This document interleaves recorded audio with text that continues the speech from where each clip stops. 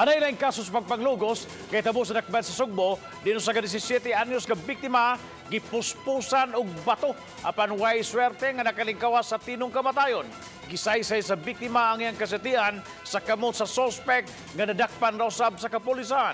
Ani ang report. Katugingnan man ko niya nga papiyongon ko niya half hour. Nya tuo ko kanang siradaan to niya ang pultahan lakan niya nya iya kung kanang balikon kay patyon.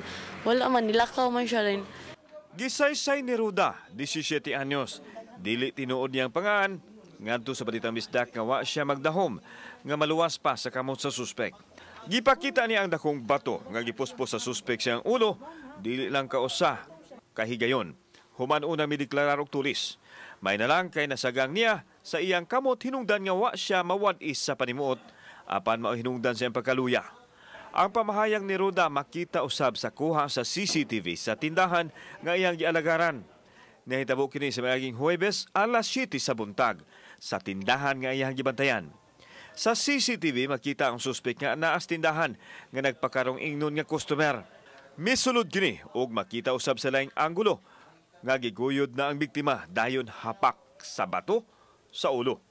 Giamong-amongan kuno ang iyang pagkababae ug milampos kini tungod kay nagdala usab ang suspek og botilya nga mao ipuspos kaniya. Matud ni Roda nga giablihan sa suspek ang freezer. Hinungdan nga nagtuo siya nga patyon siya ug isulod sa freezer. Nilingkod ko sa kanang butanganan og kwarta sa kashiran.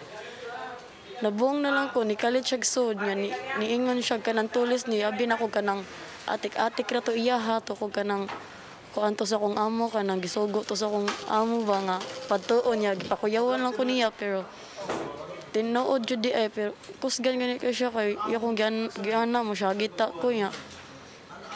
Gidaan naman ko niya padong sa gianan sa CR, dito ko niya gipahupo, yung gikuanan na, gidok-dok. Pausan ko niya og bato. Then, pagkahuman sa dukdok niya na kong bato, gidakon niya sa loyo sa freezer. Iyang gablian ang freezer, dayon. Gikuha niya ang kwarta, din ibalik siya sa freezer, kaya akong gihilabtan.